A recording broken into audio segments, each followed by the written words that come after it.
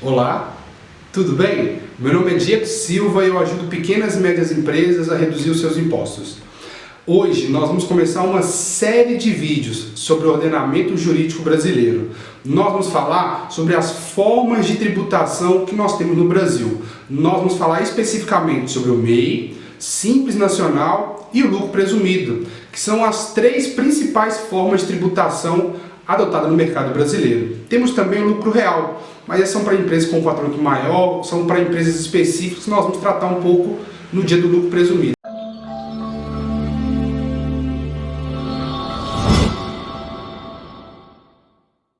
Hoje nós vamos falar sobre o microempreendedor individual. O microempreendedor individual é uma modalidade de forma de tributação para aqueles empresários que estão começando, que tem um faturamento reduzido, que não tem muitos funcionários e que tem um faturamento de até R$81 mil, que é aquele faturamento que a Receita Federal ela estabelece.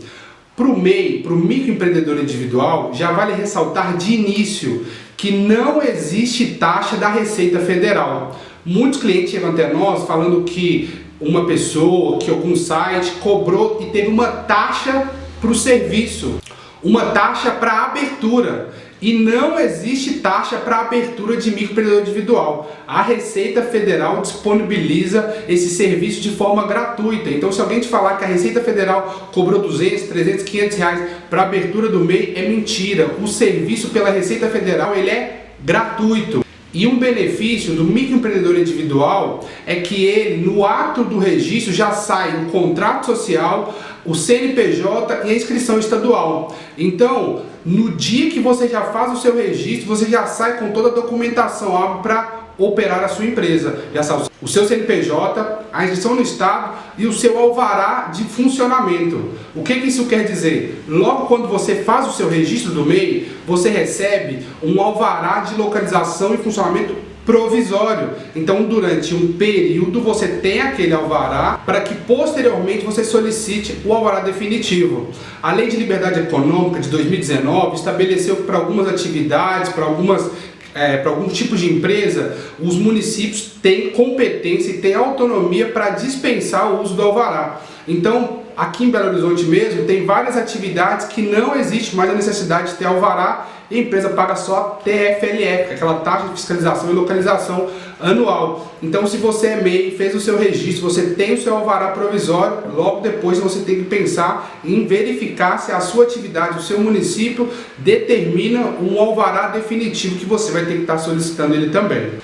Depois de ter feito seu registro e com todos os dados que você tem do seu MEI em mãos, você já pode emitir as guias para sua empresa para o ano calendário inteiro. Então muitas pessoas já no ato da abertura já tira todas as guias de janeiro até dezembro, ou a partir do mês você está abrindo. Então se você abriu em junho, tira de junho até dezembro.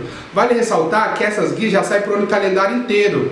E todo ano, quando você chega no dia 1º de janeiro, você já está apto a poder fazer a declaração anual do microempreendedor individual. Então você fez ali o seu registro, pagou as suas guias mensalmente e sempre no ano calendário seguinte você precisa entregar a declaração anual do microempreendedor individual. Nessa declaração vai constar o faturamento da empresa, se teve funcionários ou não, e a Receita vai te informar quais as guias estão em aberto da sua empresa. Então, todo dia 1º de janeiro você já pode fazer a entrega da sua declaração de imposto de renda de pessoa jurídica.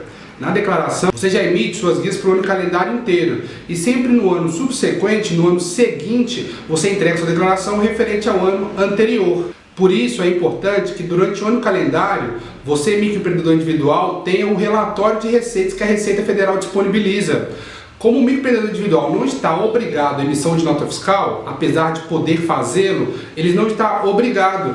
Então a Receita Federal disponibiliza mensalmente um relatório. E nesse relatório vai estar preenchido os valores dos serviços prestados, das vendas realizadas e da industrialização. Então o ideal é você fazer ele mensalmente, porque sempre ao final do ano você vai ter todas as receitas daquilo que você faturou no ano calendário inteiro. Então você pega todos os relatórios, os 12 relatórios do ano calendário e sabe qual é o seu faturamento anual da sua empresa. E a declaração de faturamento da empresa ela é importante por quê? Porque ela pode impactar lá na declaração de imposto de renda do sócio. Então, por exemplo, se o sócio ele for fazer a declaração de imposto de renda de pessoa física dele e ele informar algum rendimento que a empresa distribuiu para ele como lucro, ou alguma presunção que a empresa fez para ele vai ter que informar tudo isso da declaração de imposto de renda de pessoa física dele e referenciar a declaração de imposto de renda de pessoa jurídica da empresa. Então, o valor que a empresa faturou, aquilo que ela teve de lucro, ela distribuiu para o sócio.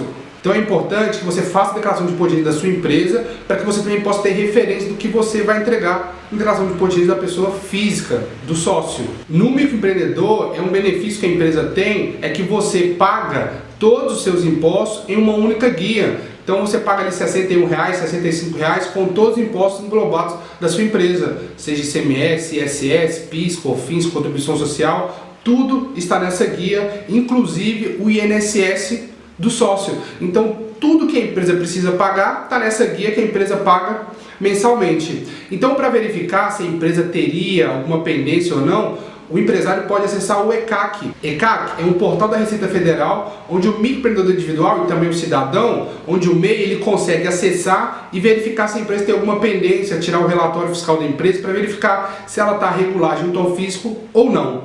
Como também já dito, o microempreendedor individual ele pode ter um funcionário com o salário da categoria. Você não pode pagar a mais ou a menos. Se você pagar mais o funcionário do salário da categoria, a partir daquele mês a empresa ela é desenquadrada do microempreendedor individual. E vale ressaltar, para você MEI que tem um funcionário, você precisa entregar declarações referentes a esse funcionário. Então você precisa admitir ele, entregar a CEFIP, que é uma declaração que você entrega mensalmente referente ao funcionário, informando salário, movimentação que ele teve. Então todo mês você precisa entregar as declarações referentes ao seu funcionário. Como também já dito, o microempreendedor individual ele não tem a obrigação de emitir nota fiscal. Se ele quiser, ele pode o fazer, mas ele não existe a obrigatoriedade. Normalmente, o MEI, quando ele faz alguma relação com a empresa solicita essa nota para ele, ele precisa emitir. Mas quando ele tem uma relação ali com pessoa física, normalmente ele não faz a emissão, por isso a importância do relatório que a gente falou. E no MEI, existe 6 possibilidades de exclusão. A primeira dela é quando você contrata um funcionário acima da categoria. Se você fizer isso, você está desenquadrado do MEI. A outra possibilidade é quando você tem um faturamento acima do que a Receita Federal possibilita. Então hoje é R$ 81 mil. Então durante o ano calendário inteiro você precisa faturar até R$ 81 mil. A terceira possibilidade é quando você cria uma filial. Microempreendedor individual não pode ter filial. Então também a abertura de uma filial caracteriza o desenquadramento do MEI. O sócio também não pode ter outra empresa.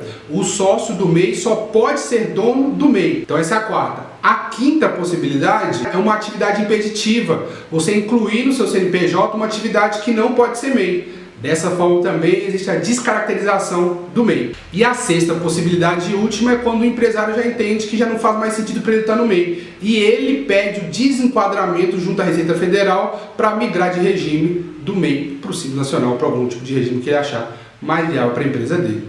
Então essas são as 6 possibilidades de exclusão. Esse é um panorama geral para você que é MEI, para entender aquilo que você precisa saber, desde guias, alvará, contrato social, documentação, tudo isso você precisa saber do empreendedor individual. E esse é o nosso primeiro vídeo dessa sequência de vídeos sobre as formas de tributação no ordenamento jurídico brasileiro.